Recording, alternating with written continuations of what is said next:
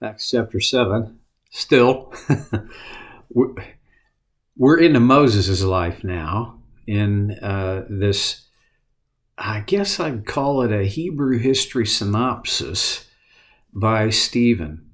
Uh, let's pick it up in verse 30. After 40 years had passed, now that's 40 years from the time uh, Moses left Egypt. And he left Egypt at age 40. So he's 80 years old. 40 years had passed. An angel appeared to Moses in the flames of a burning bush in the desert near Mount Sinai.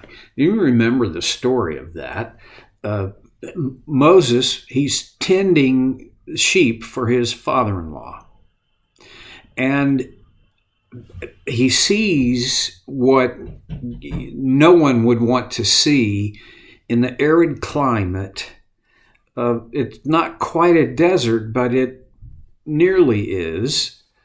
A bush that is burning. In an arid climate, you don't want to see a bush burning because that fire can easily spread. And, well, I guess maybe the thing for me to say is it wasn't lush green pasture lands, okay? Moses saw it. How could it not get his attention? He goes to investigate. The bush is on fire, but is not burning up. Pretty curious event. He draws closer, and God speaks to him from the bush. Verse 31, when he saw this, he was amazed at the sight. Well, yeah. As he went over to get a closer look, he heard the Lord say, I'm the God of your fathers, the God of Abraham, Isaac, and Jacob. Moses trembled with fear and did not dare look. This to me, I'm not sure exactly how to categorize or qualify what I think about this. Number one, I would have done that too. I would have trembled with fear. Now, okay, I'm in a rock throwing mode and mood. Okay, so I think there are some worship music creators who kind of think they're, above and way past Moses, because they write about, oh, I just want to see you, God. I just want to. Are you kidding?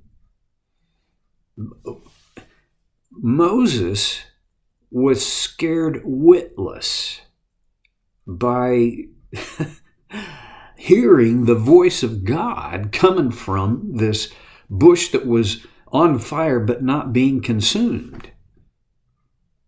I think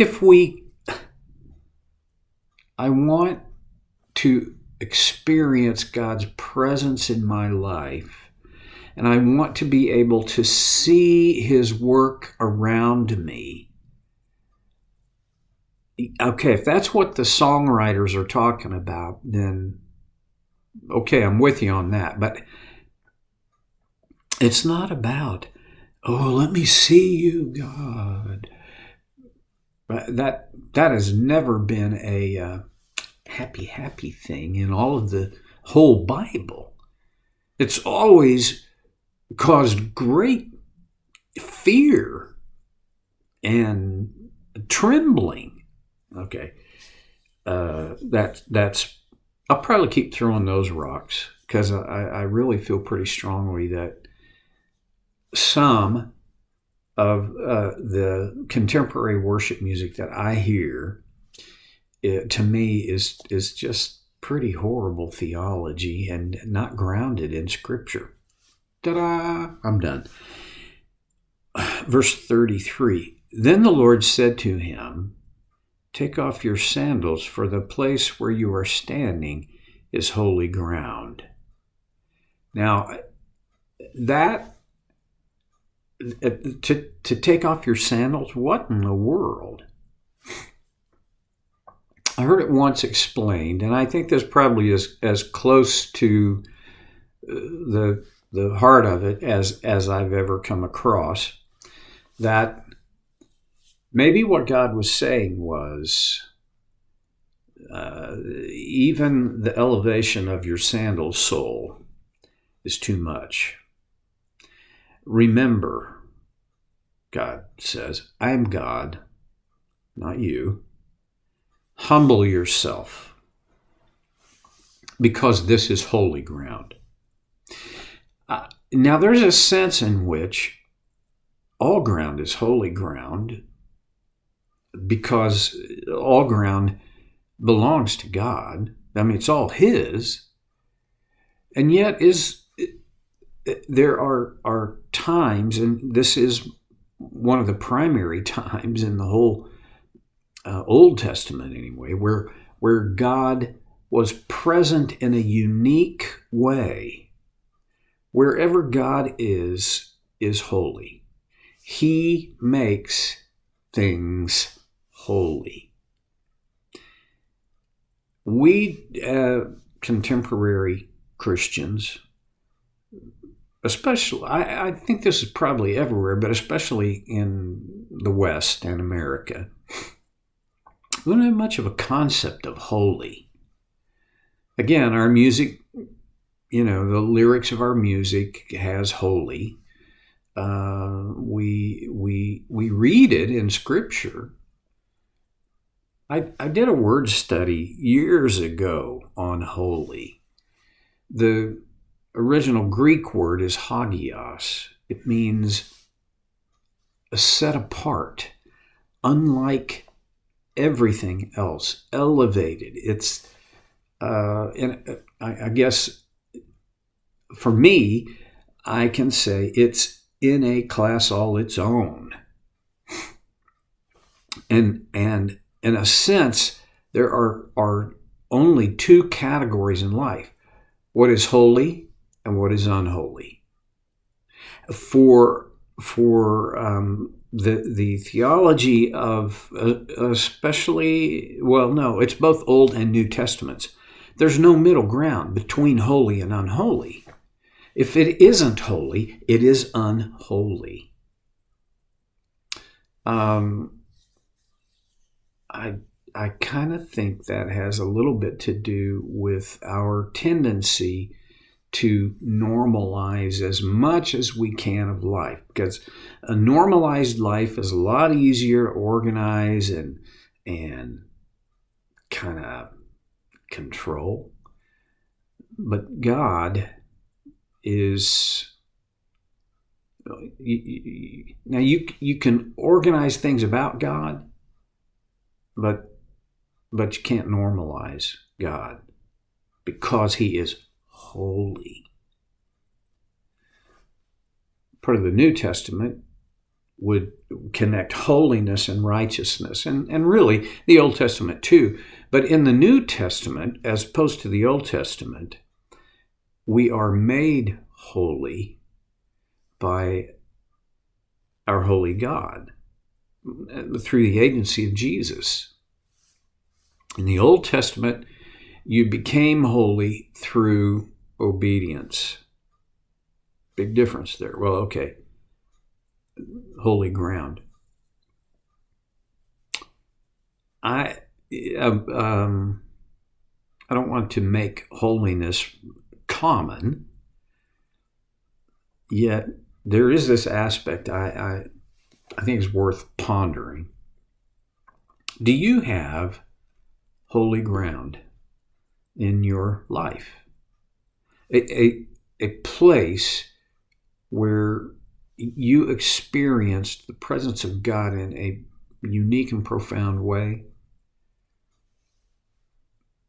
When I say experienced, I am talking about feelings you had, as well as thoughts that you had.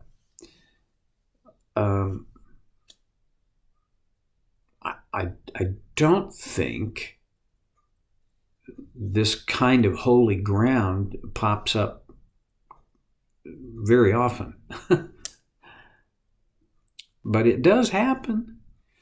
It's happened for me a few times.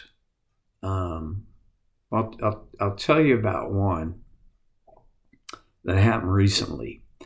My wife Debbie and I go not as often as we should or even would like to, but we walk the indoor track at our YMCA up here, not very far from our house. And when we walk, I put my earbuds in and listen to music because I am really easily bored and the music helps. Well, I put on a playlist of Michael English, which I was thinking Michael English the solo. But this playlist put me into Michael English as part of the Gaither vocal band. And they were it had him, I mean, the songs that it picked out and put in my head were kind of old gospel songs. And the songs that played that day were about heaven. And one was just a portion of the lyrics. I fall on my knees and cry holy. I clap my hands and cry glory. Well, on that walking track, I was visited, I think, by a unique, and for me, a profound moment with God. Well, so that I couldn't even tell you where on that track I was, and part of it was I was walking around the track while the music was playing, but I because of my pride, I tried to conceal the fact that I was weeping because the thought of falling on my knees before God and crying holy. This is about him, not me. And clapping my hands and crying glory. Huh. Well, okay. I know I'm weird, and your moments on holy ground don't need to be like my home moments. They don't need to be like Moses' moment. But these moments on holy ground are a gift, a provision of God. Verse 34, I have indeed seen the oppression of my people in Egypt. I have heard their groanings and have come down to set them free. That would have been good news for Moses. Because, well, for at least 80 years, it felt like, I'm sure, to every Hebrew in Egypt, that God was looking the other way and that he didn't hear their groanings, but he had. Here's the bad news, though. God says to Moses, now come, I will send you back to Egypt. Whoa, now. When you go back into Exodus and you read the entire narrative, Moses even says, well, I'm not the guy for that. I've got some more thoughts on that, but I'm running out of time. So I'm going to shut it down for today and come back to this thing next time on Soul Care with Stevie Boy.